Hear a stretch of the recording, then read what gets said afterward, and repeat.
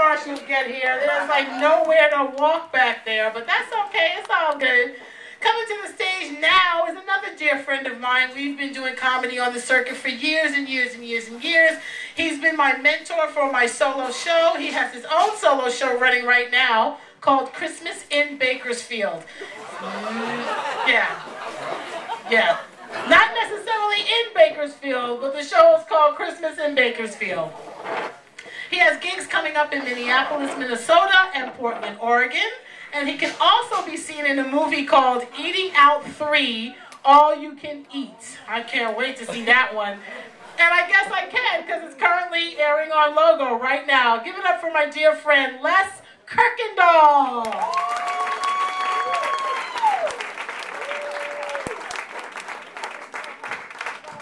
Hey you guys, I can't believe it's been a year since I've been here, a year. And I can tell you guys are all looking up here going, what the fuck is Whoopi Goldberg doing here? I didn't know she was gonna be here.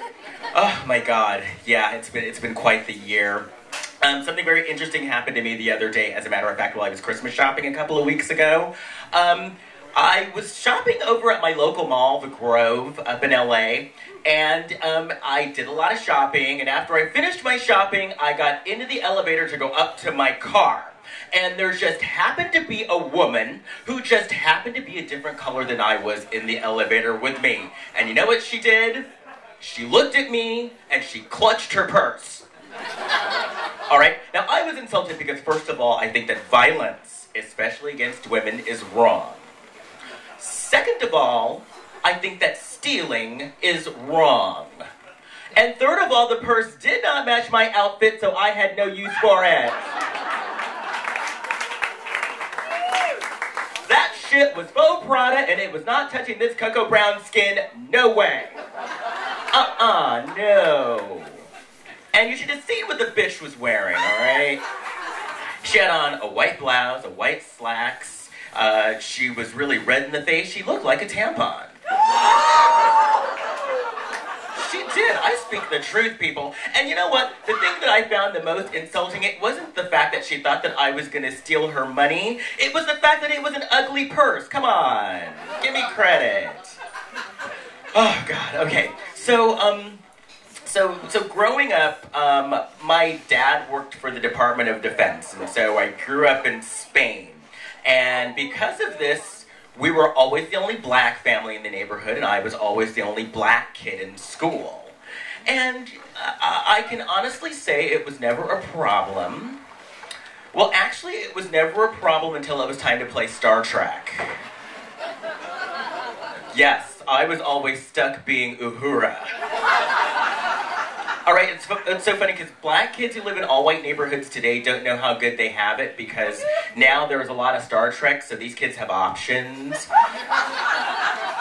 But back in the day, there was only one Star Trek, so I was always stuck being that bitch Uhura, and the miniskirt was itchy. I spent 9 years in Catholic school. I used to always wonder why the nuns were so mean, but I guess if I was a 100-year-old virgin, I'd be a little cranky too.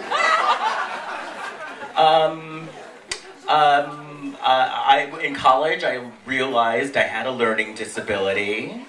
It was called tequila. Yeah, 7 years in college, no degree, but I can mix a mean margarita, that's for sure. A lot of people ask, Les, when did you first realize that you were gay?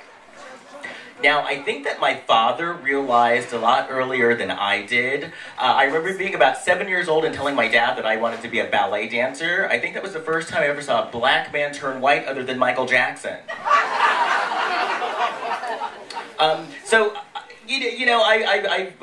I had to start job searching again because I lost a job recently. This is what happened. I had this boss named Barbara, and Barbara was, for better words, Barbara was a bigot. Barbara would always ask me interesting questions like, Les, did you ever see that movie, The Usual Suspects? When I first heard that title, I was taken aback because when I first heard the title, The Usual Suspects, I thought it was going to be about blacks and Latinos, right? So one day I go into work and Barbara's like, Les, you're gay, right? In your relationship, who's the man and who's the woman? So I said, I don't know, Barbara, why don't you ask your husband? And that's why I don't work for Barbara anymore. Oh, God. But it's so, you know, the whole Prop 8 was a big topic in the news over the past few years, and it's right? I mean, but at least we're starting to make some strides, though. The whole thing that cracked me up about the whole thing is, I don't know why people were so freaked out about gay marriage, because if you thought about it for a second, if it wasn't for gay people, there'd be no marriage, because if it wasn't for gay people, there'd be no weddings. Think about this for a second. The gay men do the hair, right? The gay men make the wedding dresses, right? The lesbians do the security.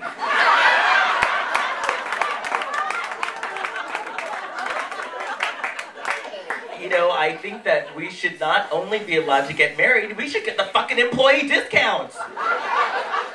Seriously. Okay, so Carlise mentioned that I am touring with a one-man show that I wrote. It's a true story. It's called Christmas in Bakersfield.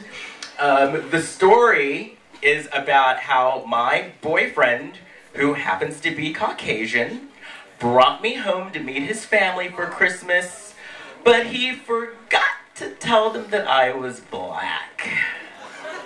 I tell you what, any of you white people, you want to get revenge on your parents, bring a black person home and not tell them. It's good, it's good. Watching Grandma's head explode at the dinner table was fabulous. And it was so funny because when I first met his parents were trying to pretend like it didn't faze them. So, you know, his mom was trying to pretend like, you know, she didn't see color. But, you know, she asked me some interesting questions like, you know, where do you live? When is your birthday? Do you tap dance? Yeah, she did. She asked me if I knew how to tap dance. It was great. The house was fabulous. But I thought it was interesting that their bathrooms had signs on them. One of the signs said white people, the other said less. Oh, ooh, I hit a nerve. Uh-oh. But yes, it was a great little family holiday. Oh God, but before I go, I watch a lot of television. And I'm one of these people that I watch so much television that I try to make sense of it. For example, on that show, The Brady Bunch, remember The Brady Bunch? Yeah. If Mike Brady was such a hotshot architect, why did he build a house with one bathroom for 9 people and no toilet? Right? Okay, Wonder Woman. Remember Wonder Woman? Remember Wonder Woman?